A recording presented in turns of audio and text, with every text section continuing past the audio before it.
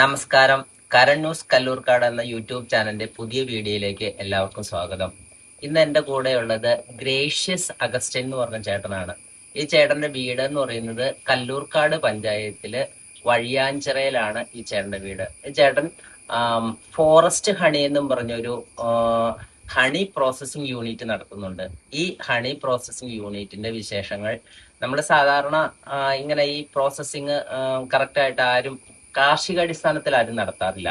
അപ്പം ഈ ചേട്ടൻ ഇങ്ങനെ ഒരു എക്സ്പോർട്ടിങ് പോലെ ഇത് ഇവിടെ അതിന്റെ ഹണി ശേഖരിച്ചിട്ട് അതിവിടെ സെയിൽ ചെയ്യുന്നുണ്ട്. അത് കേരളത്തിൽ മിക്കവാറും എല്ലായിടത്തും മൂന്നാറ് അങ്ങനെ കുറച്ച് ദൂരെയൊക്കെ കൊണ്ടുവന്ന് ഇത് സെയിൽ നടത്താറുണ്ട്. അപ്പം ഈ ചേട്ടൻ ഇതിന്റെ യൂണിറ്റിനെ കുറിച്ചും മറ്റു വിശേഷങ്ങൾ നമുക്ക് ഈ ചേട്ടനോട് ചോദിച്ചറിയാം.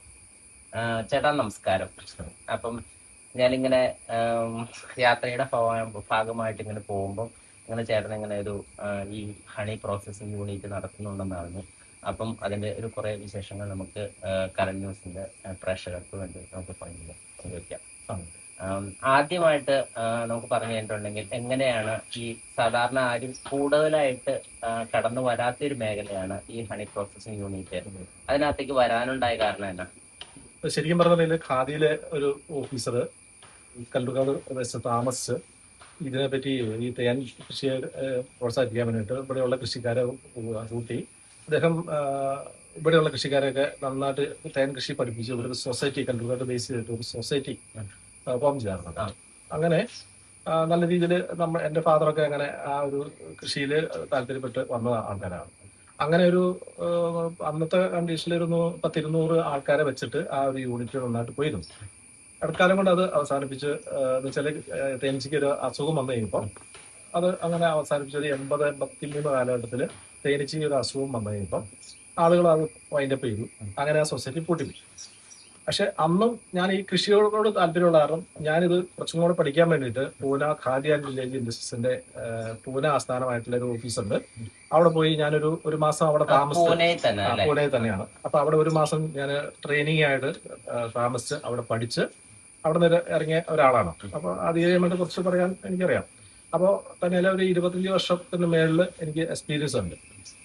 എനിക്ക് ഏകദേശം ഞാനൊരു 1000 തേനീച്ച കൂടുകൾ ഇപ്പം മെയിൻറ്റെയിൻ ചെയ്യുന്നുണ്ട്. അത് ചെറുതേനുണ്ട്, വൻതേനുണ്ട്, മെല്ലിഫറയുണ്ട്. അങ്ങനെ 3 ഈച്ചകൾ ഇപ്പം കൈകാര്യം ചെയ്യുന്നുണ്ട്. ഇപ്പൊ ഇതിന്റെ ക്ലാസ്സുകൾ പല ഏജൻസിക്ക് വേണ്ടിയിട്ട് കൃഷിഭവൻ വഴിയിട്ടും ബോർഡിനും ഒക്കെ വേണ്ടിയിട്ടും അതിന് മനോരമ ഒക്കെ ഇടയ്ക്ക് വിളിക്കാറുണ്ട്. അങ്ങനെ ഓരോ ഏജൻസികൾക്ക് വേണ്ടിയിട്ടൊക്കെ ഞാൻ ഒത്തിരി ക്ലാസ്സുകൾ എടുക്കാറുണ്ട്. തന്നെ അതുകൊണ്ട് ഒത്തിരി ശിഷ്യന്മാരും ഉണ്ട് എനിക്ക്. നല്ല നല്ല ഇൻട്രൊഡ്യൂസിങ് ചെയ്യാനുമായിട്ടുള്ള പൂനെ ആസ്ഥാനമായിട്ടുള്ള ഖാദിയുടെ ഓഫീസേഴ്സും ഉണ്ട്. ചേട്ടാ നമുക്കേ അപ്പം അവിടെ നിന്ന് ട്രെയിനിങ് കിട്ടിയത് ഈ പൂനെയിൽ പോയിട്ട് നമ്മൾ എടുത്തൂല്ലേ? തുടക്കം എന്ന് പറയുന്നത് ഈ കൃഷിഭവനുമായിട്ട് ബന്ധപ്പെട്ട് നമ്മുടെ ഇവിടെ കൃഷി വ്യാപിപ്പിക്കാൻ വേണ്ടി കൃഷി ഓഫീസറുടെ ഇതിൽ നിന്നാണ് ഇവിടെ ചേട്ടൻ തുടക്കം എന്ന് പറഞ്ഞല്ലോ. അല്ല, കൃഷി ഓഫീസർ ഖാദിക്കാരാണ് അത് ഹെൽപ്പ് ചെയ്തത്. ഖാദിയിൽ. അപ്പം നമുക്ക് ഇതിന്റെ ഒരു പ്രൈമറി സ്റ്റേജ് എന്ന് പറയുന്ന രീതിയിൽ നമുക്ക് ഇത് പെട്ടിയൊക്കെ വെക്കാൻ വേണ്ടിയിട്ട് നമുക്ക് ഈ ഒരു ഇത്ര ഒരു ഏരിയ സ്ഥലം വേണമെന്നുണ്ട്. അപ്പം അതിന്റെ പ്രാഥമികമായിട്ട് നമുക്ക് ഇപ്പം പുതിയതായിട്ട് കൃഷി തുടങ്ങുന്നവരോട് നമുക്ക് ഏകദേശം ഇത് തുടങ്ങുമ്പം സ്റ്റാർട്ടിങ്ങിൽ എത്ര സ്ഥലം നമുക്ക് ഇതിനകത്തേക്ക് വേണ്ടി തയ്യാറാക്കി എടുക്കണം? ശരിക്കും പറഞ്ഞിട്ടുണ്ടെങ്കിൽ ഇതിനകത്ത് അധികം സ്ഥലം വേണ്ട. ശരിക്കും ഇതൊരു ഏകദേശം പറഞ്ഞൊരു അര ഏക്കർ സ്ഥലം ഉണ്ടെങ്കിൽ അല്ലെങ്കിൽ ഒരു 10 സെന്റ് സ്ഥലമായാലും ഒരു 10 കൂടെയെങ്കിലും വെക്കാനുള്ള ഒരു സാഹചര്യമുണ്ട്. അത് കഴിഞ്ഞ് കഴിയുമ്പോൾ പിന്നെ ഒരു 1/2 കിലോമീറ്റർ ഡിസ്റ്റൻസിലാണ് ഒരു യൂണിറ്റ് എന്ന് പറയുന്ന സാധാരണ 25 പെട്ടിയാണ് വെക്കുന്നത്. 25 പെട്ടി ഒരു യൂണിറ്റ് എന്നുള്ള ബേസിലാണ്. പിന്നെ ഒരു 1/2 കിലോമീറ്റർ മാറിയിട്ടാണ് പിന്നെ ഒരു 20 അല്ലെങ്കിൽ 25 പെട്ടി വെക്കുന്നത്. ആ ഒരു ഡിസ്റ്റൻസ് ആണ് ഇതിന്. അതല്ലാണ്ട് ഒരു സ്ഥലത്ത് ഇത്ര പെട്ടിയെന്നില്ല. ഏകദേശം ഒരു പെട്ടികൾ തമ്മിൽ ഒരു 15 അടി അല്ലെങ്കിൽ 10 അടി ഡിസ്റ്റൻസ് കൊടുത്താൽ മതി. 25 വെച്ചിട്ട് പിന്നെ ഒരു 1/2 ഏക്കർ അര ഏക്കർ അല്ല, 1/2 കിലോമീറ്റർ ആണ് ഞങ്ങൾ പറയുന്നത്. കാരണം വെച്ചാൽ ആ ഈച്ചകൾക്ക് ഒരു പെട്ടിയിൽ ഒരു 30,000 തൊട്ട് 50,000 വരെ ഈച്ച ഉണ്ടാവും. അപ്പൊ ആ 50,000 ഈച്ചകൾക്ക് അങ്ങനെ 25 പെട്ടി ആകുമ്പോൾ അതനുസരിച്ച് ഈച്ചകൾ ഉണ്ടാവും. അത്രയും ഈച്ചകൾക്കുള്ള ശാപ്പാട് എന്ന് പറയുന്നത് ഏകദേശം ഒരു 1/2 കിലോമീറ്റർ ഡിസ്റ്റൻസിൽ അവർ കവർ ചെയ്യും. അപ്പൊ അതനുസരിച്ചാണ് ഈച്ചകൾ തേൻ സേവ് ചെയ്ത് കൊണ്ടുവരുന്നത്. ഓരോ ഈച്ചകൾക്ക് ഓരോ സ്വഭാവമുണ്ട്. മെല്ലിഫ്രൈഡ് ആണെങ്കിൽ കുറച്ചും കൂടി ഏരിയ കവർ ചെയ്യും. കുറ്റിപ്പല്ലി എന്ന് പറയുന്ന നാടൻ ഈച്ചയാണ് നമ്മൾ ചെയ്യുന്നത്. ചെറുതാൻ ഒരു കുറച്ച് ദൂരമാണ് പോകുള്ളൂ. ചെറുതാൻ ഒരു 500 മീറ്റർ അല്ലെങ്കിൽ 1000 മീറ്റർ കൂടുതൽ ചെറുതാൻ പോകാറില്ല. അപ്പം അടുത്ത ഘട്ടം എന്നുള്ള രീതിയിൽ നമ്മൾ ഈ ഈച്ചയെ തിരഞ്ഞെടുക്കുമ്പോൾ എത്ര സൈസ് ഈച്ചയാണ് ഇതിനകത്തുള്ളത്? നമ്മൾ ഇതിന് ഈ കാർഷിക വ്യാവസായിക അടിസ്ഥാനത്തിൽ നമ്മൾ ഇതിനെ വളർത്തുമ്പോൾ എത്ര സൈസ് ഈച്ചയാണ് ഉള്ളത്? ശരിക്കും പറഞ്ഞിട്ടുണ്ടെങ്കിൽ നമ്മുടെ നാടൻ ഈച്ച അല്ലെങ്കിൽ കുറ്റിപ്പല്ലി എന്ന് പറയുന്നത് നാടൻ ഈച്ച എന്ന് പറഞ്ഞാൽ നമ്മൾ ഈ തേനീച്ചപ്പെട്ടി ഇപ്പൊ സാധാരണ കൃഷിക്കാർ ചെയ്യുന്ന ഈച്ച, അത് കുറ്റിപ്പല്ലി എന്ന് പറയുന്നത്. അല്ലെങ്കിൽ കുറ്റിപ്പല്ലി എന്നാണ് പറയുന്നത്. നെല്ലിഫറ എന്ന് പറയുന്നത് അത്ര നന്നായിട്ട് വർക്ക് ചെയ്യുന്ന ഒരു ഈച്ചയല്ല ശരിക്കും പറഞ്ഞാൽ. ഇവിടെ അതിന്റെ മൂവ്മെന്റ് വളരെ കുറവാണ് ആ ഈച്ചയ്ക്ക്. അതുകൊണ്ട് ഈ പക്ഷികളൊക്കെ പിടിച്ച് അതിന് ഒത്തിരി നാശം സംഭവിക്കുന്നുണ്ട്. അതുകൊണ്ട് ഇവിടെ അത്ര ഒരു വിജയമായിട്ട് നെല്ലിഫറ വരുന്നില്ല. പക്ഷെ ഉൽപാദനം കൂടുതലാണ്. ഒരു 25 പെട്ടി ആവറേജ് ഒരു പെട്ടിയിൽ നിന്ന് തേൻ കിട്ടുന്നു. 25 കിലോ തേൻ ഒരു നെല്ലിഫറയിൽ നിന്ന് കിട്ടും ഒരു സീസണിൽ, ഒരു വർഷത്തേക്ക്. അതിന്റെ ഒരു സീസൺ ഉണ്ട്. ഇവിടുത്തെ കേരളത്തിലെ കാലാവസ്ഥ അനുസരിച്ച് ഒരു ഫെബ്രുവരി ടു മാർച്ച് എൻഡ് ആണ് തേൻ ഈൽഡ് സീസൺ. അത് റബ്ബർ കൃഷിനെ അധിഷ്ഠിതമായിട്ടാണ് ഇത് വരുന്നത്. റബ്ബറിന്റെ ഇല പോയി തളുത്ത് ആ പൂ വന്നു കഴിഞ്ഞ് കഴിയുമ്പോൾ അതിന്റെ ഇലയുടെ മുട്ടിൽ നിന്ന്, ഇലയുടെ 3 ഭാഗം, അതിന്റെ സെൻട്രലിൽ നിന്നാണ് തേൻ കിനിഞ്ഞു വരുന്നത്. അല്ലാണ്ട് പൂവെന്നല്ല തേൻ വരുന്നത്. അപ്പൊ ആ കിനിഞ്ഞു വരുന്ന തേനാണ് ഈച്ച കൊണ്ടുവന്ന് കൂട്ടിൽ കൊണ്ടുവന്ന് ചിറകടിച്ച് അതിന്റെ വെള്ളം വറ്റിച്ച് ആണ് ഇത് കഴിച്ചു കഴിയുമ്പോൾ ഇതിന്റെ ഉമിനീരൊക്കെ ആയിട്ട് ചേർന്ന് രണ്ടാമതാണ് സേവ് ചെയ്ത് അറയിൽ വെക്കുന്നത്. അപ്പം ചേട്ടൻ ഇവിടെ കൂടുതലായിട്ട് ഉപയോഗിക്കുന്ന കുറ്റിപ്പല്ലി നമ്മുടെ ലോക്കൽ മെയ്ഡ് ആണ്. അപ്പം പിന്നെ അടുത്തതായിട്ട് ഇപ്പൊ നമ്മള് സ്ഥലം എടുത്തു, ഈച്ചയെ നമ്മൾ തിരഞ്ഞെടുത്തു. അപ്പം ഈ റബ്ബറിനെ അടിസ്ഥാനമാക്കിയാണോ നമ്മുടെ ഈ ലൊക്കാലിറ്റിയിലെ ഇവിടെ ഏറ്റവും കൂടുതൽ തേൻ വരുന്ന ഒരു മരം എന്ന് പറയുന്നത് റബ്ബറാണ്. ഏറ്റവും നമ്മുടെ കൃഷിക്ക് അനുയോജ്യമായിട്ടുള്ള റബ്ബറിനെ അധിഷ്ഠിതമായിട്ടാണ് തേനീച്ച കൃഷി ഇവിടെ വരുന്നത്. മറ്റു ജില്ലകളിലൊക്കെ ആണെങ്കിൽ കർണാടക, അതല്ലെങ്കിൽ ഹരിയാന പോലെയുള്ളവർക്ക് അങ്ങനെ ഉച്ചുണ്ട്, അതിന് അങ്ങനെ ഒത്തിരി അതുണ്ട്. കടുക്, സൂര്യകാന്തി അങ്ങനെയുള്ളതൊക്കെ അവർ ചെയ്യുന്നുണ്ട്. നമുക്ക് പലതരത്തിലുള്ള പൂക്കൾ അതെ, സൂര്യകാന്തിയിലൊന്നും നമ്മൾക്ക് ഇവിടെ അങ്ങനെ ആരും കൃഷി ചെയ്യുന്നില്ല. കടുക്, അതില് ഉച്ചെള്ളെന്ന് പറഞ്ഞൊരു കൃഷിയുണ്ട്. അങ്ങനെ വിവിധതരമായിട്ടുള്ള കൃഷികൾ മറ്റു സ്റ്റേറ്റുകാർ ചെയ്യുമ്പോൾ ഇവിടെ റബ്ബറിനെ അധിഷ്ഠിതമായിട്ടാണ് കൃഷി കൂടുതൽ വരുന്നത്. അതുകൊണ്ട് ഇവിടുത്തെ കൃഷിക്കാര് തേനീച്ച വളർത്തുമ്പോൾ റബ്ബർ കൃഷിയെ ഡിപ്പെൻഡ് ചെയ്തിട്ടാണ് കൃഷി വരുന്നത്. അതുകൊണ്ട് അതിന്റെ സീസൺ എന്ന് പറയുന്നത് ഫെബ്രുവരി ടു മാർച്ച് എൻഡ് ആണ്.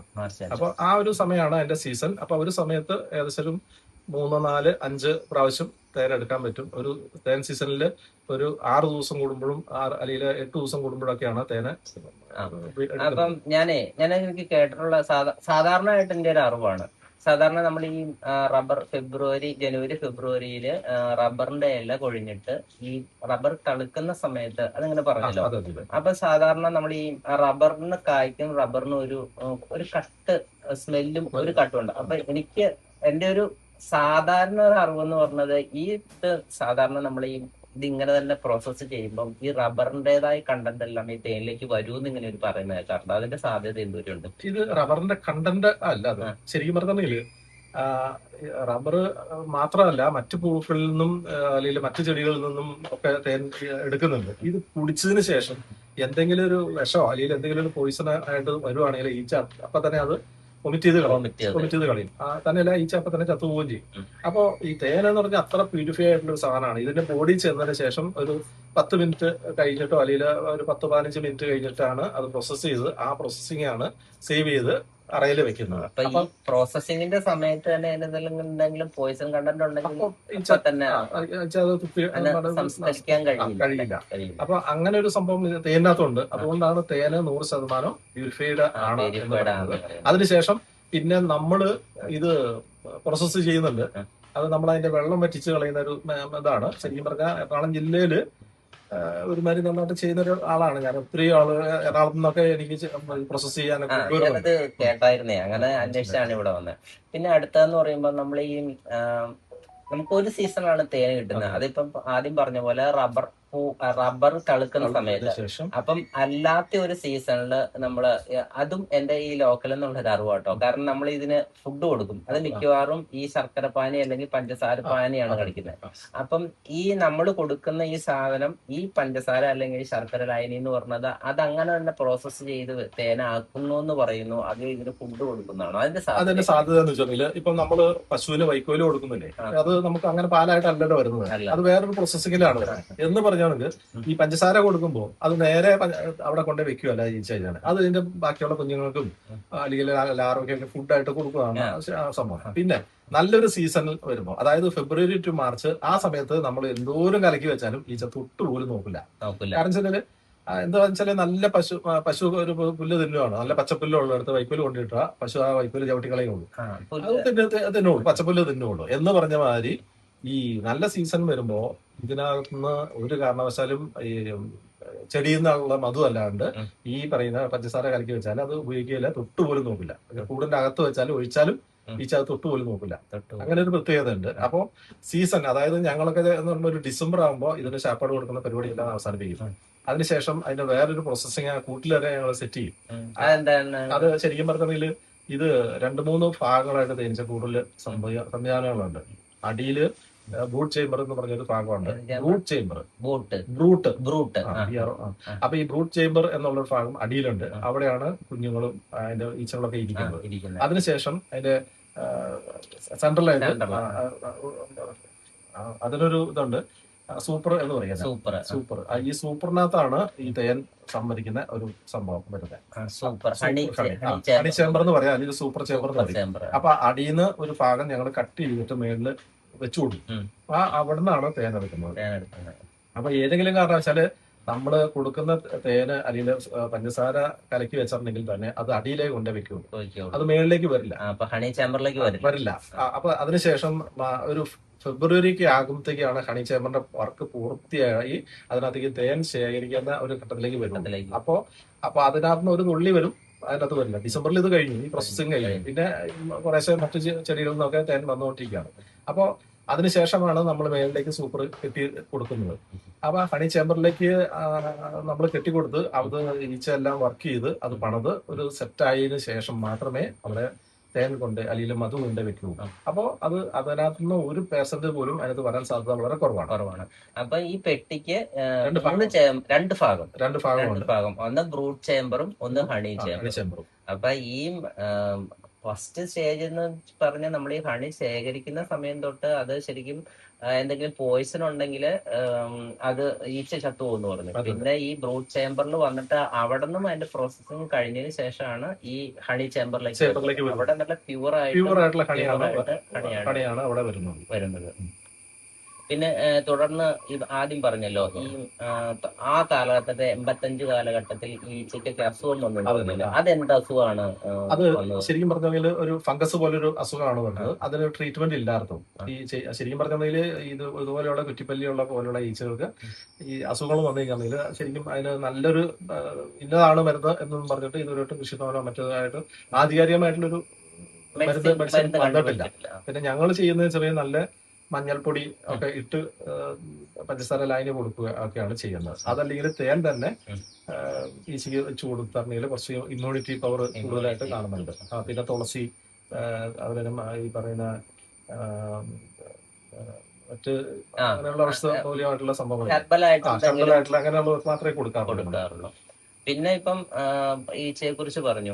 തുടർന്നും ഇതിന് വരാനുള്ള മറ്റ് കീടങ്ങളുടെ ആക്രമണം ഒക്കെ ഉണ്ടല്ലോ, അതിന്റെ സാധ്യത എങ്ങനെയാണ്? മറ്റ് കീടം എന്ന് പറഞ്ഞാൽ സാധാരണ ഈച്ചകൾക്ക് ശല്യമായിട്ട് വരുന്നത് ഈ ആനക്കുളവികള്, അങ്ങനെ ആനക്കുളവികളൊക്കെയാണ്. പിന്നെ ചെറുതായിട്ട് ഉറുമ്പിന്റെ ചെറിയ ശല്യം വരുന്നുണ്ട്. ഇത് ഈച്ച നന്നായിട്ട് ബാധിക്കാറുണ്ടോ? ഈ കുളവി നന്നായിട്ട് ബാധിക്കാറുണ്ട്. അതല്ലേ, ഈ കൂട്ടിൽ ഒരു കുളവി കയറി കഴിഞ്ഞാൽ അതിന് സ്പ്രെഡ് ആയി പോകും. അങ്ങനെയല്ല, ഒരു കുളവിയൊക്കെ വന്നു കഴിഞ്ഞാൽ ഈച്ച സ്ട്രോങ് ആണെങ്കിൽ അതിനെ പ്രതിരോധിക്കും.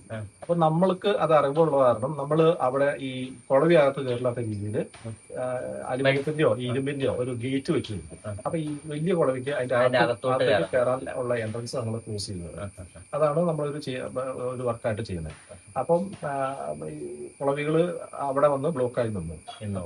മാക്സിമം ചുറ്റുമുള്ള ചെറിയ ഓട്ടകളെല്ലാം നമ്മൾ പ്ലാസ്റ്റിക്കിന്റെ കവറൊക്കെ ഇട്ട് നമ്മള് ബ്ലോക്ക് ചെയ്യും. അങ്ങനെ പിന്നെ ഈ ഉറുമ്പിന്റെ സാധ്യത എങ്ങനെയാ? ഉറുമ്പ് ഇങ്ങനെ അതിനകത്തേക്ക് തേനാണല്ലോ, തേന് കൂടുതലായിട്ട് ഉറുമ്പ് ആകർഷിക്കുന്ന ഒരു വസ്തുവാണല്ലോ. അധികവും ഞങ്ങള് സ്റ്റാൻഡുകളിലൊക്കെയാണ് വെക്കുന്നത്. ഇനിയിപ്പോ മതിലിലൊക്കെ വെക്കുവാണെങ്കിൽ പോലും ഉറുമ്പൊക്കെ വരുവാണെങ്കിൽ ഞങ്ങൾ ജമ്പൊക്കെ അടിച്ച് ഞങ്ങൾ അവസാനിപ്പിച്ച് കളയും. കാരണം കാരണം വെച്ചാൽ അത് വന്നു കഴിഞ്ഞാൽ ഭയങ്കര ശല്യമായി. കാരണം ജമ്പ് അടിച്ച് ഞങ്ങള് ഉറുമ്പിനെ കൊന്നു കളയും. പിന്നെ ആദ്യം പറഞ്ഞ പോലെ നമ്മുടെ ഇവിടത്തെ ഈ കൃഷി എന്ന് പറയുന്നത് മെയിൻ ആയിട്ട് ഡിപ്പെൻഡ് ചെയ്തിരിക്കുന്നത് റബ്ബർ തളിക്കുന്ന സമയത്താണെന്ന് പറഞ്ഞല്ലോ. അപ്പം ഈ തേൻ ഈച്ചേനെ ആ കൃഷി ചെയ്യുന്ന സമയത്ത് നമ്മൾ ഈ ചുറ്റുപാടും ഇങ്ങനെ വല്ല പൂക്കളുമായിട്ട് ബന്ധപ്പെട്ട് എന്തെങ്കിലും കൃഷി നടത്താറുണ്ടോ? അങ്ങനെ വല്ല ഇത് നമ്മൾ ഈ തേൻ കൂടുതൽ കിട്ടാൻ വേണ്ടി നമ്മൾ അങ്ങനെ ചെയ്യാറുണ്ടോ? സാധാരണ പറയുന്നത് ഈ തേനീച്ച എത്ര കിലോമീറ്റർ പോയിട്ടാണ് ഒരു പൂമ്പൊടി എടുത്തുകൊണ്ട് വരുന്നതെന്നാണ് നമ്മുടെ അറിവുള്ളത്. അപ്പൊ അങ്ങനെ വല്ല ഇതിന് വേണ്ടിയിട്ട് ഈ പഞ്ചസാര ലായനി കലക്കി വെക്കുക അങ്ങനെ ഫുഡല്ലാതെ ഇവർക്ക് നമുക്ക് ചുറ്റുപാടും എന്തെങ്കിലും ഇങ്ങനെ പൂക്കൃഷി നടത്തി അതിന് എന്തെങ്കിലും വിജയസാധ്യത ഉണ്ടോ? പൂക്കൃഷി ശരിക്കും പറഞ്ഞ നെല്ല് കൃഷി ചെയ്യുമ്പോൾ നെല്ലിന്റെ ആ ഒരു പൂക്കണ സമയമാണല്ലോ, ആ സമയമാകുമ്പോൾ നന്നായിട്ട് തേൻ വരുന്നുണ്ട്, പൂമ്പൊടി വരുന്നുണ്ട്. അങ്ങനെ ഒരു പ്രത്യേകത കണ്ടിട്ടുണ്ട്. അത് ഈ ഇത്രയും ലാർജ് സ്കെയിലിൽ ചെയ്യുമ്പോൾ നമ്മൾ ചെറിയ കുറച്ച് ചെടികൾ നട്ടിട്ടുണ്ടെങ്കിലൊന്നും അത് കൂടുതലേക്ക് അത് വളരെ ചെറിയ ഒരു 4 കൂടൊക്കെ വെക്കുന്ന ചെറിയ കൃഷിക്കാർക്കൊക്കെ അത് ബാധകമാവുള്ളൂ. ഞങ്ങളെ പോലെ ലാർജ് സ്കെയിലിൽ ഇത് ചെയ്യുന്ന ആൾക്കാർക്ക് ഒരിക്കലും അത് പ്രാക്ടിക്കൽ അല്ല. പിന്നെ ഇതിനകത്ത് ഈ ഉറുമ്പുകൾ വരാതിരിക്കാൻ വേണ്ടിയിട്ട് നമുക്ക് ഇതിന്റെ കാലിൽ നമ്മൾ സാധാരണ ചിരട്ട വെച്ച് സെറ്റ് ചെയ്ത് പശ വെച്ചിട്ട് വെള്ളം ഒഴിച്ചു അത് ചെയ്യാറുണ്ട്. അങ്ങനെ ചെയ്യാറുണ്ട്. പിന്നെ നമ്മൾ ഈ ചവളത്തില് അതിന്റെ പരിപാലനത്തെ കുറിച്ച് പറഞ്ഞു. പിന്നെ അടുത്ത ഘട്ടം എന്ന് പറഞ്ഞാൽ ഈ തേൻ ശേഖരിക്കുന്ന ഒരു പെട്ടിയിൽ നിന്ന് കളക്ട് ചെയ്യുന്ന ഒരു സമയം ഉണ്ടല്ലോ, അതിന്റെ ഇത് പ്രവർത്തനങ്ങൾ എങ്ങനെയാണ്? അതായത് തേൻ എടുക്കുന്നത് ഞാൻ പറഞ്ഞല്ലോ, ഇത് ഫെബ്രുവരി ആകുമ്പോഴാണ് തേൻ വരുന്നത്. അപ്പൊ സാധാരണ കൃഷിക്കാർക്ക് അത് അറിയാൻ പറ്റും. ആ സമയമാകുമ്പോഴത്തേക്ക് ഈച്ച നന്നായിട്ട് വർക്ക് ചെയ്യും. അതാണ് നമ്മളിങ്ങനെ പോകുമ്പോ ആ സമയത്ത് പെട്ടിയുടെ അടുത്തൊക്കെ കണ്ടമാനം ഈച്ച ഇങ്ങനെ പറന്ന് നടക്കുന്ന ഒരു സമയമാണ്. അപ്പൊ നമ്മള് ആ ഒരു ബ്ലോക്കില് 25 കൂടെ ഉണ്ടെങ്കിൽ 1-2 കൂടുകൾ എടുത്ത് നോക്കുമ്പോൾ നമുക്ക് വ്യക്തമായിട്ട് അറിവുണ്ടാവും ഇന്ന സമയത്ത് എടുക്കാവും. അപ്പൊ ആ സമയമാകുമ്പോൾ നമ്മൾ കുറേശ്ശെ ആ ഒറ്റ ദിവസം തന്നെ ഒരു ബ്ലോക്ക് എടുക്കും. പിന്നെ 6ാമത്തെ ദിവസം 7ാമത്തെ ദിവസം വീണ്ടും തുറന്നു പോകും. അപ്പൊ സീൽ ചെയ്യണ ഒരു 60% മേളിൽ സീൽ ഉണ്ടെങ്കിൽ മാത്രമേ നമ്മളൊരു അടയിന്ന് തേനെടുക്കാറുള്ളൂ. സീൽ ചെയ്യാന്ന് അതായത് ഒരു ഈച്ച ഒരു അടയില് ഒരു ഷീറ്റ് പോലെ ഒരു അട എന്ന് പറയുന്നത്. ആ അടയില് ഓരോ പല ഹോളുകളാണ്. ആ ഹോളുകളിൽ ഇപ്പൊ 1000 ഹോൾ ഉണ്ടെങ്കിൽ അതിനകത്ത് ഒരു 600 ഹോളെങ്കിലും അത് അവര് സീൽ ചെയ്യും, അടച്ച്. അപ്പൊ അടച്ചു കളയുമ്പോൾ അതിന്റെ പ്രത്യേകത എന്ന് വെച്ചിട്ടുണ്ടെങ്കിൽ ആ ഒരു ഹോളിനകത്ത് ഈച്ചകള് ഒരു ഈച്ച അതിന്റെ സെന്ററിലേക്ക് ഇറങ്ങി ഇരുന്നിട്ട് ചിറകിൽ നിന്ന് അടിക്കും. അപ്പൊ ബാക്കിയുള്ള ഈച്ച ആ ചിറകൾ അത് ബാക്കി മരിച്ചു കളയും. അപ്പൊ അങ്ങനെ ശരിക്കും പറഞ്ഞിട്ടുണ്ടെങ്കിൽ ഒരു സെക്കൻഡിൽ 1000 അങ്ങനെ ഒരു കണക്കുണ്ട്. ആ അത്രയും കണക്ക് സെൻട്രൽ ഫ്യൂജർ സിസ്റ്റം ആണ് അതിനകത്ത് വരുന്നത്. ആ സെൻട്രൽ ഫ്യൂജർ സിസ്റ്റത്തിൽ ആ റൊട്ടേറ്റ് ചെയ്യുമ്പോൾ അതിന്റെ അകത്തുള്ള വെള്ളം ഓട്ടോമാറ്റിക്കായിട്ട് വലിഞ്ഞ് അങ്ങനെയാണ് ഇതിനകത്ത് വെള്ളം കുറയ്ക്കുന്നത് ഈച്ച. ചിറകടിച്ച് ഞാൻ പറഞ്ഞില്ലേ ഒരു അതിന്റെ ഉള്ളിൽ ഒരു റൊട്ടേറ്റിംഗ് സിസ്റ്റം ഉണ്ടാവും. ആ സിസ്റ്റത്തില് വർക്ക് ചെയ്തിട്ടാണ് ഈച്ച ഇതിനകത്ത് വെള്ളം വലിച്ചു കളയുന്നത്. അങ്ങനെ വലിച്ചു കഴിഞ്ഞ് ലാസ്റ്റ് അതിന്റെ കുറേശ്ശെ അടച്ചടച്ച് സീൽ ചെയ്ത് കളയും. അപ്പൊ പിന്നെ അതിനകത്ത് എയർ സർക്കുലേഷൻ ഉണ്ടാവില്ല. അതാണ് സീൽ ചെയ്യാന്ന് ഞങ്ങൾ പറയുന്നത്. അപ്പൊ ഒരു 60% എങ്കിലും സീലിംഗ് ആയാലാണ് ഞങ്ങൾ എടുക്കാറുള്ളൂ.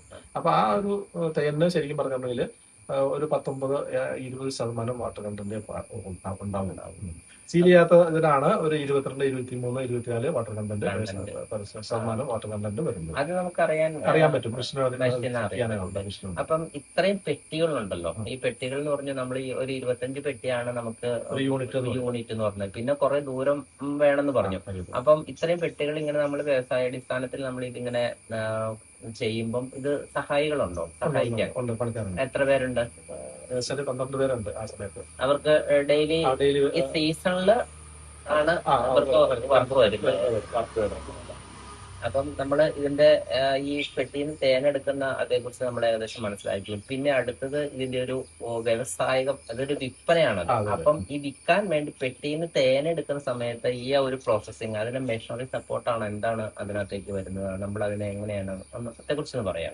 മെഷീനറി ശരിക്കും പറഞ്ഞാൽ സ്റ്റീലിന്റെ ഒരു പാത്രത്തിലാണ് ഞങ്ങൾ ഇത് കളക്ട് ചെയ്യണേ. അതിനകത്തൊരു അതിനും ഈ സെൻട്രൽ ഫ്യൂജർ സിസ്റ്റമാണ് അതിനകത്തും വരുന്നത്. അപ്പൊ അതിനകത്തേക്ക് ഈ തേനിന്റെ ഈച്ചനെ മാറ്റിയതിനു ശേഷം ഈ തേനട അതിനകത്തേക്ക് ഇറക്കി വെച്ച് റൊട്ടേറ്റ് ചെയ്തിട്ടാണ് നമ്മൾ കൈകൊണ്ട് നമ്മൾ ടച്ച് ചെയ്യുന്നില്ല. അത് വളരെ ഹൈജീനിക് ആയിട്ട് ഇങ്ങനെ സിസ്റ്റമായിട്ട് സിസ്റ്റമായിട്ട് അതില്ലെങ്കിൽ ഞാൻ എനിക്ക് അറിയാൻ കറക്റ്റ് എന്താന്ന് വെച്ചിട്ടുണ്ടെങ്കിൽ അതിനകത്ത് നമ്മുടെ കയ്യിൽ എന്തെങ്കിലും ഉപ്പോ വേർപ്പൊക്കെ വന്നിട്ടുണ്ടെങ്കിൽ ഈ ഇത് ഫംഗസ് അത് നമ്മൾ ഈച്ചേനെ കൈകാര്യം ചെയ്യുന്ന സമയത്തും വളരെ കൈയൊക്കെ വാഷ് ചെയ്തിട്ടാണ് വേണം. തന്നെയല്ല ഇത് ശരിക്കും ഞങ്ങൾ ഗ്ലൗസ് ഒക്കെ ഉപയോഗിക്കുന്നുണ്ട്. തന്നെയല്ല ഇത് കൈകൊണ്ട് ഈ തേനയിൽ ഞങ്ങൾ തൊടുന്നില്ല. ഇത് പാത്രത്തിൽ വെച്ചിട്ട് ഒരു മെഷീനുണ്ട്, ആ മെഷീനിലേക്ക് ഇറക്കി വെച്ചിട്ട് കറക്കി കഴിഞ്ഞിട്ടാണ് തേൻ എടുക്കുന്നത്. അത് അതിനൊരു പേര് പറയുന്നത് എക്സ്ട്രാക്ടർ. അത് ശരിക്കും നമുക്ക് ആദ്യകാലത്ത് ഈ വ്യാവസായിക അടിസ്ഥാനത്തിൽ വരുന്നതിന് മുമ്പ് നമ്മളത് തേൻ കൈകൊണ്ട് പിഴിഞ്ഞെടുക്കാല്ല. പിന്നെ അപ്പൊ അതിന് നമുക്ക് വീണ്ടും അതിങ്ങനെ അതിന്റെ മെഴുവൊക്കെ വെച്ചിട്ട് വന്ന കാലതാമസം ഈ മെഷീൻ അതിനെ തരണം ചെയ്തല്ലേ. അത് കഴിഞ്ഞിട്ട് അപ്പം കൂട് നമുക്ക് അങ്ങനെ ഷെയ്ക്കായി അങ്ങനെ പോണ പ്രശ്നമില്ല അല്ലെ? ഇല്ല. അത് കഴിഞ്ഞ് കഴിയുമ്പോ ഏകദേശം ഒരു 5-6 മണിക്കൂർ കഴിയുമ്പോഴത്തേക്ക് ഈച്ച ആ പൂർവ്വസ്ഥിതിയിലേക്ക് ആടാനെ സെറ്റ് ചെയ്യും. നമ്മൾ അതിന്റെ തേനെ മാത്രമേ എടുക്കുന്നുള്ളൂ. അടയ്ക്ക് വലിയ കേടുകൾ ഒന്നും സംഭവിക്കുന്നില്ല. സീലിന്റെ ഉള്ള ഭാഗം അത് നമ്മളൊരു കത്തി വെച്ചിട്ട് കട്ട് ചെയ്ത് അങ്ങോട്ട് വെച്ച് കൊടുക്കുകയാണ് ചെയ്യുന്നത്. അപ്പൊ ഈച്ച അത് അതുപോലെ തന്നെ പെട്ടെന്ന് അത് വൃത്തിയാക്കിയതിനു ശേഷം പിറ്റേ ദിവസം തൊട്ട് അതിനകത്ത് തേൻ നിറയ്ക്കാൻ തുടങ്ങും. കൂടാതെ കുറഞ്ഞ ഷോർട്ട് പീരീഡിൽ നമുക്ക് വീണ്ടും എടുക്കാൻ പറ്റും. വർഷത്തിൽ ഒരു പ്രാവശ്യമാണോ? അല്ല, ഒരു സീസൺ, ഒരു ഫെബ്രുവരിയിൽ സീസണാന്ന് പറഞ്ഞു. അപ്പൊ ആ സീസണിൽ ഇന്ന് നമ്മൾ എടുത്താൽ ചിലപ്പോ ഫസ്റ്റ് ഒക്കെ ആകുമ്പോൾ ഒരു 6-7 ദിവസം കഴിയുമ്പോൾ രണ്ടാമത് എടുക്കാൻ പറ്റും. 7 ദിവസം കഴിയുമ്പോൾ വീണ്ടും അതുപോലെ 6 ദിവസം 7 ദിവസം കഴിയുമ്പോൾ വീണ്ടും എടുക്കാൻ പറ്റും. അങ്ങനെ ഒരു 4-5 പ്രാവശ്യം നമുക്ക് തേൻ കിട്ടും. അപ്പൊ നമുക്ക് ഈ നമ്മൾ ഈ കൂട് ബ്രേക്ക് ചെയ്തിട്ട് എടുക്കണമെങ്കിൽ അതിന്റെ ആ ഒരു കാലാവധി എങ്ങനെയാ? അതായത് ഈ നമ്മൾ ഈ എക്സ്ട്രാക്ട് മെഷീൻ വെച്ചിട്ട് എടുക്കുന്നു.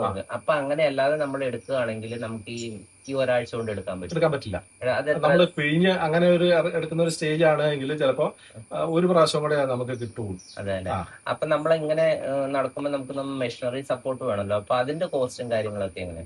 ആ മെഷീന് ശരിക്കും പറഞ്ഞിട്ടുണ്ടെങ്കിൽ ഞങ്ങൾക്കിപ്പോ ഒരു 6000 രൂപയ്ക്ക് ആണ് ഞങ്ങൾക്ക് ആ ഒരു മെഷീന് വേണ്ടി വരുന്നത്. ഒരു മെഷീന് അത് വെച്ചിട്ട് നമ്മൾ ഇങ്ങനെ എടുക്കാം. ജോലി എളുപ്പമുണ്ടല്ലോ. അപ്പം ഇതിന്റെ പ്രോസസിംഗ് ഒന്ന് പറയാമോ? ഇങ്ങനെ കുപ്പിയിൽ നിറയ്ക്കുന്ന വരെയുള്ള അത് നമ്മൾ ഹണി ശേഖരിച്ചു ഒരു സ്റ്റീൽ പാത്രത്തിൽ കൊണ്ടുവരുന്നു, അവിടെ നിന്ന് തൊട്ടിട്ട് ഇങ്ങനെ ഒരു വിൽപ്പന വരെയുള്ള ഒരു കാലം.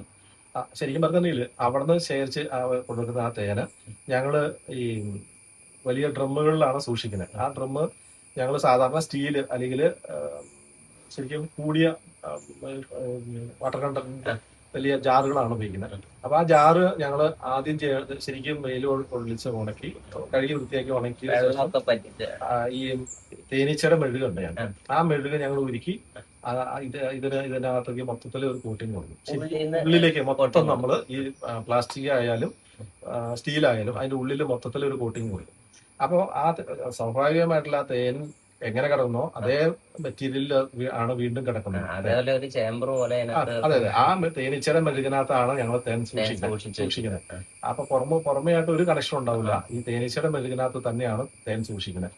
അപ്പൊ അങ്ങനെയാണ് എനിക്കിപ്പോ അക്മാർക്കിന്റെ സർട്ടിഫിക്കറ്റ് ഉള്ളതാണ്. അപ്പൊ ഈ അക്മാർക്കിന്റെ സർട്ടിഫിക്കറ്റ് വേണമെങ്കിൽ ശരിക്കും പറഞ്ഞാൽ ഇങ്ങനെയുള്ള കുറച്ച് കാര്യങ്ങൾ നമ്മൾ ശ്രദ്ധിക്കണം. അതിന്റെ ക്വാളിറ്റി വളരെ മെയിൻറ്റെയിൻ ചെയ്യേണ്ട ഒരു കാര്യമുണ്ട്.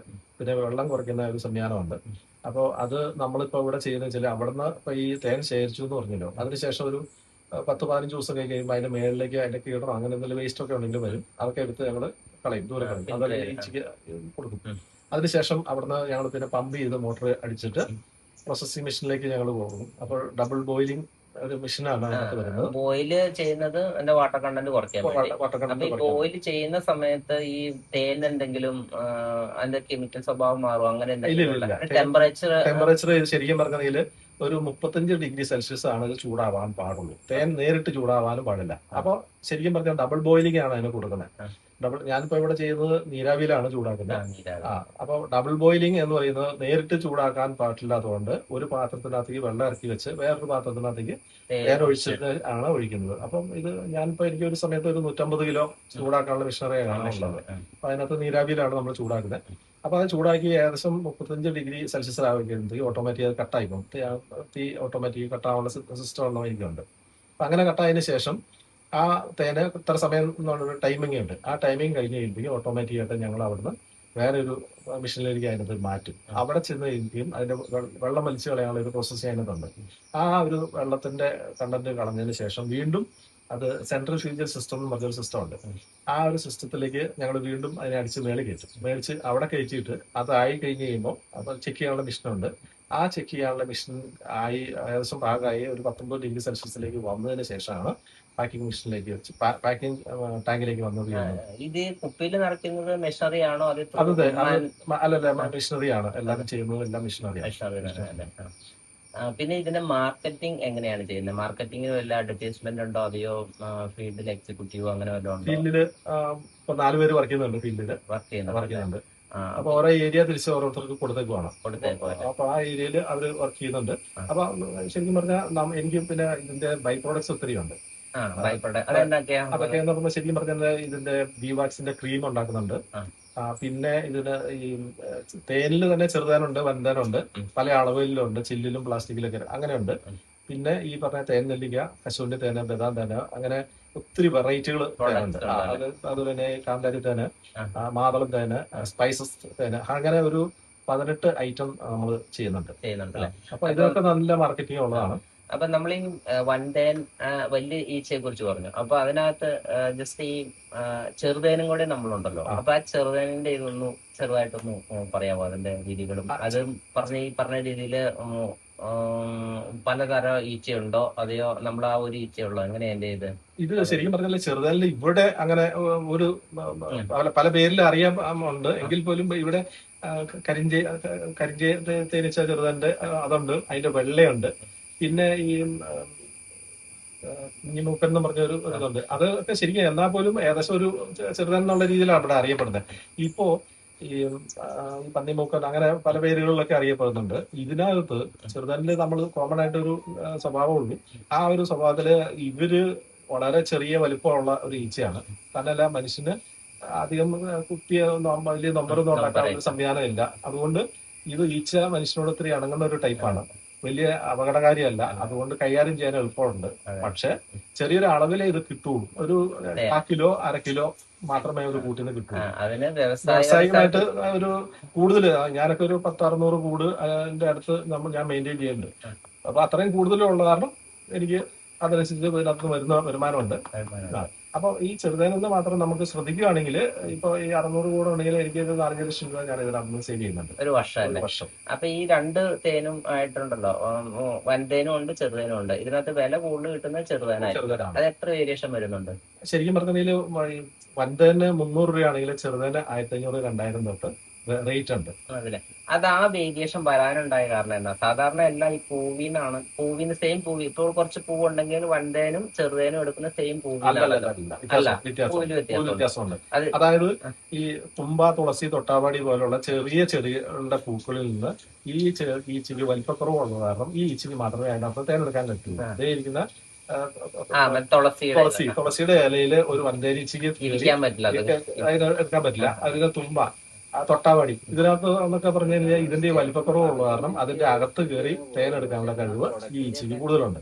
തന്നെയല്ല ഔഷധ മൂല്യം കൂടുതലുള്ള തൊട്ടാവാടി പോലുള്ള അതുപോലെ ഈ പറഞ്ഞ തുളസി പോലുള്ള ചെടികളിൽ ഔഷധ മൂല്യം കൂടുതലുള്ള കാരണമാണ് ഈ തേനിനും ആ ഒരു മൂല്യം കൂടുതൽ വരുന്നത്. അത് ഒരിക്കലും റബ്ബറെ പോയി തേൻ അങ്ങനെ എടുക്കാറില്ല. അതൊരു മനോഹരമായ അറിവാട്ടോ. കാരണം എന്ന് വെച്ച് കഴിഞ്ഞാൽ ഈ ഞാൻ പലപ്പോഴും ചിന്തിച്ചിട്ടുണ്ട്, 2 ഈച്ചയും സമീപപ്രദേശത്തുള്ള ചെടികളിൽ നിന്ന് എടുക്കുന്നു. ഈ തേനിന് വരുന്ന വ്യത്യാസം ശരിക്കും പറഞ്ഞാൽ ഈ പശുവിന്റെയും ആടിന്റെയും എരുമയുടെ ഒക്കെ പാലെല്ലാം ഒരേ വലിപ്പവും ഒരേ ഇതൊക്കെയാണല്ലോ. പക്ഷെ ആടിന്റെ തേനിന് ഔഷധ മൂല്യം കൂടുതലേ. അവര് കഴിക്കുന്ന ആഹാരത്തിന്റെ കുറെ പ്രത്യേകതയാണ്. എല്ലാ ചെടികളും ആട് കഴിക്കും. പക്ഷെ എന്ന് പറഞ്ഞാണെങ്കിൽ ഇത് തൊട്ടാവാടിന്നും തുമ്പേന്നും തുളസിന്നും ഒക്കെ എടുക്കണമെങ്കിൽ ഇതിന് മാത്രമേ കഴിയുള്ളൂ. അതുകൊണ്ടാണ് ഇതിന് തൊട്ടാവാടിയിൽ നിന്നും ഈ തുളസിയിൽ നിന്നൊക്കെ തേനെടുക്കുന്ന ഈ ചെടികൾ ഭയങ്കര ഔഷധമൂല്യമുള്ളതാണ്. അപ്പൊ ഞാൻ അത് കാരണം ഇവിടെ ഒത്തിരി തൊട്ടാവടികൾ അതുപോലെ ഈ പറഞ്ഞ ഇതുപോലെ ഈ തുളസി പോലുള്ള ചെടികൾ നമ്മളത് ആയുർവേദത്തിൽ ചെന്ന് കഴിഞ്ഞിട്ടുണ്ടെങ്കിൽ അവർ ആദ്യം പറയുന്നത് തന്നെ ഫസ്റ്റ് ആ പ്രിസ്ക്രിപ്ഷന്റെ ഭാഗമായിട്ട് ചെറുതേന്ന് അവർ എടുത്തു പറയുന്നുണ്ട്. അതുകൊണ്ടാണ് ഇത്രയും ഔഷധമൂല്യം അതിനകത്ത് കൂടുതലുണ്ട്. പിന്നെ അതിന്റെ ആ സ്പീഷീസിന്റെ ഗുണം കൊണ്ട് അത് അവരുടെ ബോഡിയിൽ ചെല്ലുന്നത് രണ്ടാമത് വരുന്നതാണല്ലോ തേൻ എന്ന് പറയുന്നത്. അപ്പൊ അതിന്റെ ആ ഒരു ഇതും കൂടെ ഔഷധ മൂല്യം ഇതിനകത്ത് കൂടുതലുണ്ട്. അപ്പൊ ആ മൂല്യം കൂടെ അതിനകത്ത് ബേസിക് ആയിട്ടുള്ള സംഭവമുണ്ട്. ഒരിക്കലും ഒരു പശുവിന്റെ പാല് ആയിരിക്കില്ല ആട്ടിന്റെ പാല്. അത് ബോഡിപരമായിട്ടുള്ള കുറച്ച് പ്രത്യേകതകളുണ്ട്. അതുകൊണ്ടാണ് അതിന് അത്രയും വാല്യൂ വരുന്നത്. അപ്പം മാർക്കറ്റിങ്ങിന്റെ ഭാഗമായിട്ട് കുറച്ച് പേര് എക്സിക്യൂട്ടീവ്സ് ഉണ്ടെന്ന് പറഞ്ഞു. അപ്പം അവർക്കൊരു ജോലി സാധ്യത കൂടെ ഉണ്ടല്ലോ അല്ലേ? അപ്പൊ അവർക്ക് എങ്ങനെയാ ശമ്പളം കൊടുക്കുന്നത്? ശമ്പളം നമ്മള് ഈ മാർക്കറ്റിംഗ് ചെയ്യുന്നതിന്റെ കൂടുതൽ വരുന്ന അനുസരിച്ച് സാലറി കൂട്ടി കൊടുക്കാം. അല്ലാതെ ഇത് ഫുൾ ഇയർലി ഒരു പ്രൊഡക്റ്റ് അല്ലാത്ത കാരണം കൊണ്ട് നമുക്ക് ഒരു ഫുൾ ഇയർലി തന്നെ നമുക്ക് ഇവിടെ നിയമിച്ച് അങ്ങനെ സാലറി മെയിൻറ്റെയിൻ ചെയ്യാൻ പറ്റില്ല. അപ്പം വിൽക്കുന്നതിന്റെ അടിസ്ഥാനത്തിൽ അല്ലെ? കൂടുതൽ വോളിയം മാർക്കറ്റിംഗ് ചെയ്യുന്ന ആൾക്കാർക്ക് കൂടുതലായിട്ട് ഇൻകം വരാനുള്ള ഒരു സംവിധാനം ചെയ്തു കൊടുക്കുന്നുണ്ട്. നമ്മൾ ഇവിടുന്ന് ഇത് സെയിൽ എവിടം വരെ ആയിരുന്നു സാധാരണ? ദൂരെ എവിടം വരെ നമുക്ക് സെയിലുണ്ട്? ശരിക്കും പറഞ്ഞാൽ ടൂറിസ്റ്റ് കേന്ദ്രങ്ങളിലാണ് അധികം നമ്മൾ തേൻ വിൽക്കുന്നത്. എറണാകുളത്തും തൃശ്ശൂരും കോട്ടയം ഒക്കെ തിരുവനന്തപുരം വരെ മാർക്കറ്റ് ചെയ്യുന്നുണ്ട്. കോഴിക്കോട്ടൊക്കെ നമ്മൾ മാർക്കറ്റ് ചെയ്യുന്നുണ്ട്. അവിടെ ഓരോരുത്തരെ ഏജൻസികളായിട്ടും ഡിസ്ട്രിബ്യൂഷൻ ബേസിലായിട്ടും അങ്ങനെ കുറച്ച് പേരെ നമ്മൾ വെച്ചിട്ടുണ്ട്. അപ്പം ഇതിങ്ങനെ ഇവിടെ എത്തിക്കാൻ ഇങ്ങനെ കേരളം മുഴുവൻ തന്നെ ഇത് സെയിൽ ചെയ്യാൻ പറ്റിയ ഒരു കൗണ്ട് നമ്മൾ ഏകദേശം ഒരു 25 ടണ്ണ് ഞാൻ ഏകദേശം ഒരു വർഷം ഞാൻ ചെയ്യുന്നുണ്ട്. വൻതേനം ചെറുതേനം ഏകദേശം ഒരു 600 കിലോ ചെറുതേനം ഞാൻ വിൽക്കുന്നുണ്ട് ഒരു വർഷം. അപ്പൊ ഇതിന്റെ ലൊക്കേഷൻ എന്ന് പറഞ്ഞു കഴിഞ്ഞാൽ മൂവാറ്റുപുഴ താലൂക്കില് വാഴക്കുളം, പൈനാപ്പിൾ സിറ്റി വാഴക്കുളത്ത് നിന്ന് ഒരു 5 കിലോമീറ്റർ വന്നാൽ കല്ലൂർക്കാട് പഞ്ചായത്തിലെ വഴിയാഞ്ചിറ എന്ന് പറയുന്ന സ്ഥലത്താണ് റാത്തപ്പള്ളി ഗ്രേഷ്യസ് അഗസ്റ്റിൻ എന്ന് പറഞ്ഞ ചേട്ടൻ ഈ ഫോറസ്റ്റ് ഹണി എന്നും പറഞ്ഞ് ഈ യൂണിറ്റ് നടത്തുന്നത്. ഏതാണെങ്കിലും എന്റെ ധാരണകളെല്ലാം തെറ്റിയിട്ട്, കാരണം 100% ഇപ്പൊ നമ്മൾ പറയുന്നത് കേൾക്കാം, ഇതിനകത്ത് കുറച്ച് ശർക്കര പാനിയൊക്കെ ചേർക്കുന്നുണ്ട് എന്ന് നമ്മൾ സാധാരണ കേട്ടിട്ടും പലരും പറഞ്ഞും കേൾക്കാറുണ്ട്. പക്ഷെ ഇതിനകത്ത് യാതൊരു വാട്ടർ കണ്ടന്റോ വേറെ ഒരു കൃത്രിമവും ഇല്ലാതെ ഇത് ഹണി പോലെ തന്നെ, അതായത് തേൻ പോലെ ശുദ്ധമായിട്ട് പാക്ക് ചെയ്തിട്ടാണ് ഇവിടുന്ന് ഇതിന്റെ സെയിൽ നടത്തുന്നത്. ഏതാണെങ്കിലും ചേട്ടാ ഇത്രയും കാര്യങ്ങൾ പറഞ്ഞു തന്നതിന് വളരെ നന്ദിയുണ്ട്. ഇനി നമുക്ക് ഇതിന്റെ ഈ പ്രോസസ്സിങ് എങ്ങനെയാന്ന് അതിനകത്തൂടെ നമുക്ക് പോകാം. പോകുന്നത് ഇത് ശരിക്കും പറഞ്ഞാൽ നീരാവി അങ്ങോട്ടേക്ക് വിടുന്ന ഒരു സംവിധാനമാണ്. ഇവിടെ ശരിക്കും പറഞ്ഞാൽ ഫസ്റ്റ് ഇവിടുന്നാണ് സ്റ്റാർട്ടിങ് തുടങ്ങുന്നത്. നീരാവി ഇത് മറ്റേ ചൂടാക്കാനുള്ള സംവിധാനമാണ്. വെള്ളം വറ്റിക്കാനുള്ള നീരാവി ഉണ്ടാക്കുന്നത് ഈ മെഷീനാണ്. ഇതിന്റെ പേരെങ്ങനെയാ? ഈ ബോയിലറാണ്. ഇത് ബോയിലിംഗ് ആണ് ഇവിടെ. ഇത് ഡബിൾ ബോയിലിംഗ് പാത്രമാണ്. ഇത് ശരിക്കും പറഞ്ഞാൽ അവിടെ വരുന്ന സ്റ്റീം ഇവിടെ വരും. സ്റ്റീം ഇവിടെ വരുന്നു, ഇതേ കൂടെ വരുന്നു. ആ സ്റ്റീം വന്നു കഴിയുമ്പോൾ ഇതിനകത്ത് തേൻ ഇങ്ങോട്ടേക്ക് വിടുന്നു. അപ്പൊ ഈ മെഷീൻ ഇതൊരു മെഷീനാണ്. ഇത് ഇളക്കി കൊടുത്തോണ്ടിരിക്കും. മോട്ടറിന്റെ സഹായത്തോടെ ഇളക്കുന്നു. ഇളക്കി ഇതൊരു പരുവായി കഴിഞ്ഞ് കഴിയുമ്പോൾ ഇത് നമ്മൾ ഓപ്പൺ ചെയ്യുന്നു. ഇതിൽ ഓപ്പൺ ചെയ്ത് കഴിയുമ്പോൾ ഈ മെഷീൻ ഇത് വലിച്ച് ഇതിനകത്തേക്ക് എടുക്കും. തേൻ ഇതിനകത്ത് വരും. ഇവിടുന്ന് ഒരു പ്രോസസ് കഴിഞ്ഞ് കഴിയുമ്പോൾ ഇത് ഈ ടാങ്കിലേക്ക് വന്ന് വീഴും. ഈ ടാങ്കിലേക്ക് പോയതിനു ശേഷം ഇവിടുന്ന് ആ മോട്ടറിന്റെ സഹായത്തോടുകൂടി മേളിലേക്ക് പോവാം. മേളിലോട്ട് അപ്പുറം കണ്ടതിനകത്തുനിന്ന് ആ പൈപ്പിലൂടെ ഈ സ്റ്റീം ഇതിനകത്ത് ഈ പാത്രത്തിനകത്തേക്ക് വരും. ഈ പാത്രത്തിന് 2 ലെയറാണ്. ഇതിന്റെ ഉള്ളിൽ നമ്മൾ ഈ ഒരു ലെയറുണ്ട്. ഈ ലെയറാണ് ഈ പാത്രത്തെ ചൂടാക്കുന്നത്. അപ്പം ഇതിൽ വരുന്ന ഹണി എന്ന് പറയുന്നത് ഇത് ചൂടായി കഴിയുമ്പം ഇതിൽ നിന്ന് നെക്സ്റ്റ് സ്റ്റേജ് ആ പാത്രത്തിലോട്ട് ഈ മെഷീൻ അരിക്കുന്നുണ്ട്. അത് ഫിൽട്ടർ ചെയ്തിട്ട് ആ മെഷീൻ. ഇത് 24 ഡെക്ക് അരിപ്പയാണത്. ഏകദേശം ഒരു 3 ലക്ഷം രൂപ വാല്യൂ ഉള്ള ഒരു അരിപ്പയാണ്. ഈ അരിപ്പ അരിച്ചതിന് ശേഷമാണ് ഈ ഇതിനകത്തേക്ക് വന്ന് വീഴുന്നത്. അതിനുശേഷം അവിടെ നിന്നാണ് വീഴുന്നത്. മോട്ടോർ വെച്ചിട്ടുണ്ട്. എല്ലാ മോട്ടറിന്റെ സപ്പോർട്ട് സ്റ്റീലിന്റെ ഏറ്റവും കൂടിയ സ്റ്റീലാണ്. ഇതിനകത്തേക്ക് അടിച്ചു കഴിഞ്ഞാൽ ഈ മോട്ടറിന്റെ ഹെൽപ്പോട് കൂടിയാണ്.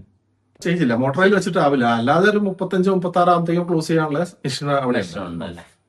ആദ്യം പറഞ്ഞ പോലെ അതിന്റെ ഹീറ്റ് മെയിൻറ്റെയിൻ ചെയ്യണം 35 ഡിഗ്രിയിൽ നമ്മളത് ബ്ലോക്ക് ചെയ്യാനുള്ള സംവിധാനമാണ്. ഒരു ടാങ്കില് ഒരു 100-150 കിലോ വരെ ഇതിനകത്ത് കപ്പാസിറ്റി ഉണ്ട്. ഇത് ശരിക്കും പറഞ്ഞാൽ ഒരു പുകപ്പരമാരിയാണ് നമ്മൾ സെറ്റ് ചെയ്തേക്കണേ. എയർ സർക്കുലേഷൻ എല്ലാം ബ്ലോക്ക് ചെയ്തതിനു ശേഷം ഈ ഡീഹ്യൂമിഡിഫയർ എന്ന മെഷീൻ വെച്ചിട്ടാണ് നമ്മൾ ഇത് പ്രോസസ് ചെയ്യുന്നത്. അതിനകത്ത് ഈ ടാങ്കിലേക്ക്, ഇതിന്റെ അടിയിൽ ഒരു ടാങ്ക് ഉണ്ട്, ആ ടാങ്കിലേക്ക് വെള്ളം വന്ന് വീഴുകയാണ് ചെയ്യുന്നത്.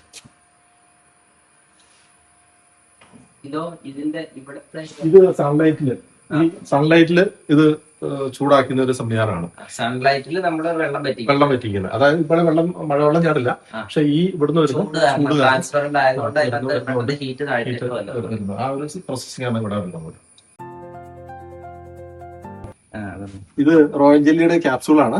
റോയൽ ജെല്ലി എന്ന് പറയുന്നത് തേനീച്ചയുടെ തലേന്ന് ഉണ്ടാവുന്ന ഒരു സ്രവമാണ്. ഇതാണ് റാണീനെ സൃഷ്ടിക്കുന്നത്. ഈ റാണി എന്ന് പറയുന്ന ഒരു ജീവി ശരിക്കും പറഞ്ഞാൽ ഇല്ല. സാധാരണ ഒരു ഈച്ചയ്ക്ക് റോയൽ ജെല്ലി എന്ന് പറയുന്ന കണ്ടന്റ് കൊടുക്കുമ്പോൾ ഉണ്ടാവുന്ന ഒരു ജീവിയാണ് റാണി എന്ന് പറയുന്നത്. അപ്പൊ കസ്തൂരിമാന്റെ കസ്തൂരി മാതിരി ആണ് ഈ പറഞ്ഞ റോയൽ ജെല്ലി എന്ന് പറയുന്നത്. റാണിക്ക് ഉള്ള ഒരു ശാപ്പാട് അതല്ലെങ്കിൽ റാണി എന്ന് പറയുന്ന ഈച്ച ശരിക്കും പറഞ്ഞ ഒരു സങ്കല്പമാണ്. സാധാരണ ഒരു ഈച്ചേനെ പിടിച്ച് റോയൽ ജെല്ലി കൊടുക്കുമ്പോഴാണ് റാണിയായിട്ട് വരുന്നത്. ആ റാണിക്ക് ചെറുപ്പം തൊട്ട്, അതായത് മുട്ടയെന്ന് തന്നെ റോയൽ ജെല്ലി കൊടുത്ത് പുഴുവാക്കി, പുഴുന്ന് റോയൽ ജെല്ലി കൊടുത്ത് നമ്മുടെ ഈച്ചയാക്കി, അങ്ങനെ ആണ് റാണി ഉണ്ടാവുന്നത്. ആ കൊടുക്കുന്ന ഈച്ചയ്ക്ക്, സാധാരണ ഈച്ചയ്ക്ക് 60 ദിവസമാണ് ലൈഫ് എങ്കിൽ ഈ റാണിക്ക് 1000-1500 ദിവസം വരെ ജീവിക്കാനുള്ള ഒരു ജീവിയായിട്ട് മാറും. പ്ലസ് ഒരു ദിവസം 300 തൊട്ട് 500 വരെ മുട്ട ഇടാനുള്ള കപ്പാസിറ്റി ഉള്ള ഒരു ജീവിയായിട്ട് മാറും. സെല്ലിനകത്താണ് റാണീനെ ഉണ്ടാക്കുന്നത്. സെല്ല് എന്ന് പറയുന്ന ഒരു സംഭവത്തിനകത്തേക്കാണ് ഇത് റോയൽ ജെല്ലി എല്ലാം കൂടെ ബൂസ്റ്റ് ചെയ്ത് കഴിക്കുന്നത്. അപ്പൊ നമ്മൾ റാണീനെ അങ്ങ് ഒഴിവാക്കും. ഈ ചെറിയ ഒരു അതിനുശേഷം ഈച്ച ഈ ലാർവ മൂടുകയും ചെയ്യും. ആ മൂടുന്ന ഒരു അവസ്ഥയിൽ നമ്മൾ ആ മൂടി തുറന്നിട്ട് റാണിയുടെ ആ ശൈശവത്തിലെ സംഭവത്തിനെ എടുത്ത് മാറ്റിയതിന് ശേഷം അത് കളക്ട് ചെയ്യും. ആ റോയൽ ജെല്ലി കളക്ട് ചെയ്തതിന് ശേഷം അത് പ്രോസസ്സ് ചെയ്ത് ക്യാപ്സൂളാക്കി മാറ്റിയിട്ടാണ് ഇതൊക്കെ നമ്മൾ ഉണ്ടാക്കുന്നത്. ഇത് കഴിക്കുന്നതിന്റെ കാര്യം എന്ന് വെച്ചാൽ കുറച്ചും കൂടെ ഭയങ്കരമായിട്ട് എനർജി കിട്ടും, ലൈഫ് കുറച്ച് ഹെൽത്ത് ആയിട്ട് കിട്ടും. അതിന് വേണ്ടിയിട്ടാണ് ഇത് കഴിക്കുന്നത്. വിദേശ രാജ്യങ്ങളിലൊക്കെ നന്നായിട്ട് മാർക്കറ്റ് ചെയ്യുന്ന ഒരു ഐറ്റം ആണ് ഇത്. ഇതിനിപ്പോ 30 ക്യാപ്സൂളിന് 8000 രൂപയാണ് വില. ഇത് റോയൽ ജെല്ലി എന്നും പറഞ്ഞാണ് ഈ പ്രോഡക്റ്റ് മാർക്കറ്റ് ചെയ്യുന്നത്. ഇതിനകത്ത് പ്രിന്റഡ് വില എന്ന് പറയുന്നത് 8200 രൂപയാണ്. ഇത് ഈച്ചയുടെ തലയിൽ നിന്ന് ഉത്പാദിപ്പിക്കുന്നത്. അപ്പൊ അതെങ്ങനെ സംസ്കരിക്കുന്ന സംഭവം? അത് ശരിക്കും പറഞ്ഞാൽ തലേന്ന് 2 ഗ്രന്ഥികൾ ഇങ്ങനെ തള്ളി വെക്കുന്നുണ്ട്. അത് ചെറുപ്പത്തിലെ ഈച്ച ഉണ്ടായി വരുമ്പോഴാണ് ഏറ്റവും കൂടുതൽ ഉണ്ടാവുന്നത്. അപ്പൊ അത് ഇങ്ങനെ ഈച്ചകള്, ബാക്കിയുള്ള ഈച്ചകൾ അതിൽ നിന്ന് മേടിച്ച് ഈ ഒരു മെഴുകുമാതിരി ഐറ്റാണ് അത് ഇങ്ങനെ സേവ് ചെയ്തിട്ട് ആണ് റോയൽ ജെല്ലി ആയിട്ട് ഈച്ചകൾക്ക് ഈ റാണിയുടെ സെല്ല്, അല്ലെങ്കിൽ റാണിയുടെ ആ സെല്ലിൽ കൊണ്ട് വെച്ച് കൊടുത്തിട്ട് ബൂസ്റ്റ് ആയിട്ട് കൊടുക്കുവാണ്. പിന്നെ റാണിക്ക് കുറേശ്ശെ ആയിട്ട് ഇവരിങ്ങനെ ദൈനംദിനം മുട്ടയിടാനും ഒക്കെ ആയിട്ടുള്ള എനർജി ആയിട്ട് ബൂസ്റ്റിംഗ് ആയിട്ട് ഇവർ കൊടുത്തുകൊണ്ടിരിക്കുന്ന ഒരു സംഭവമാണ് റോയൽ ജെല്ലി എന്ന് പറയുന്നത്. അതിനെ നമ്മൾ ഇതെടുക്കുന്ന വെച്ചാൽ റാണിയുടെ ആ മുട്ടേനെ എടുത്ത് മാറ്റിയതിന് ശേഷം ആ റോയൽ ജെല്ലി കളക്ട് ചെയ്തിട്ട് ക്യാപ്സൂളാക്കി മാറ്റുകയാണ് ചെയ്യുന്നത്. ഇതൊക്കെ കാന്താരിയാണ്, വെളുത്തുള്ളി ഇട്ട് വെച്ചോണ്ടാണ് ഇത് ചെയ്തു വെച്ചത് സംഭവം. ഇത് ബ്രഹ്മി, ഓർമ്മയ്ക്കും ബുദ്ധിക്കും ഇത് ഡോക്ടേഴ്സ് എഴുതുന്നതാണ്. ഇത് സുഗന്ധവ്യഞ്ജനം, അതായത് ചുക്കും കുരുമുളകും ഉള്ള സംഭവം. തൊണ്ടയ്ക്ക് വേദന, ജലദോഷം, അങ്ങനെയൊക്കെ. ഇത് ഈന്തപ്പഴം തേന. ഇത് കരിഞ്ജീരകം.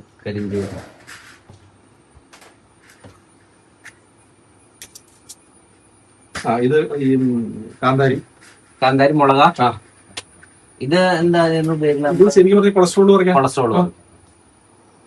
കൊളസ്ട്രോൾ കുറയ്ക്കാൻ വരെ ഈ ഇതിന്റെ ബൈ പ്രൊഡക്റ്റ് ആയിട്ട് തേനിൽ നിന്ന് നമ്മൾ ഉണ്ടാക്കുന്നുണ്ട്. കീഴാർനെല്ലി.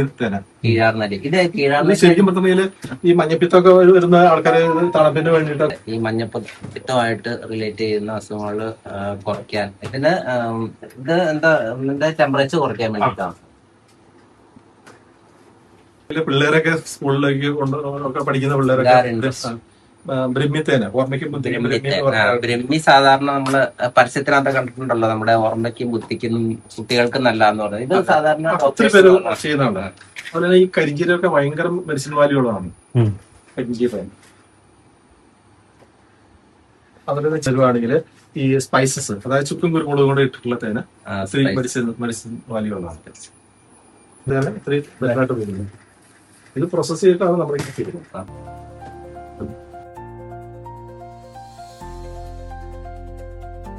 വെളുത്തുള്ളി അതുപോലെ ഇത് മാതള ഇട്ട് വെച്ചേക്കണാണ്. മാതള നാരങ്ങ. ഇത് നെല്ലിക്ക ഇട്ട് വെച്ചേക്കണാണ്.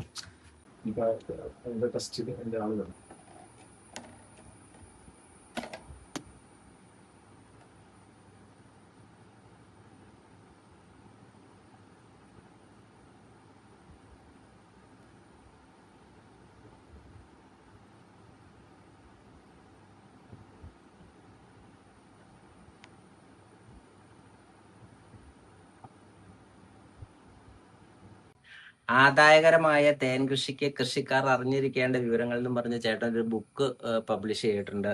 ഏതാണെങ്കിലും സ്വാഭാവികമായിട്ടും ഒരു ഇന്റർവ്യൂ എന്ന രീതിയിൽ ഞാൻ ഇവിടെ വന്നത്. പക്ഷെ ഒരു ചെറിയ ജീവിയെ കുറിച്ച് എനിക്ക് കൂടുതൽ വിവരങ്ങൾ മനസ്സിലാക്കി തന്നതിന് മനസ്സിലാക്കി ചേട്ടൻ തരികയും ചെയ്തു. പോരാത്ത ചേട്ടന്റെ കുറച്ച് പ്രൊഡക്റ്റായ ഈ വാക്സ്, തേൻ, അങ്ങനെ കുറച്ച് സാധനങ്ങൾ ഞങ്ങൾക്ക് ഗിഫ്റ്റായിട്ട് തന്നു. ഏതാണെങ്കിലും ചേട്ടാ വളരെ വീണ്ടും വളരെ നന്ദിയുണ്ട് കാര്യങ്ങളൊക്കെ പറഞ്ഞു തന്നതിന്. Thank you.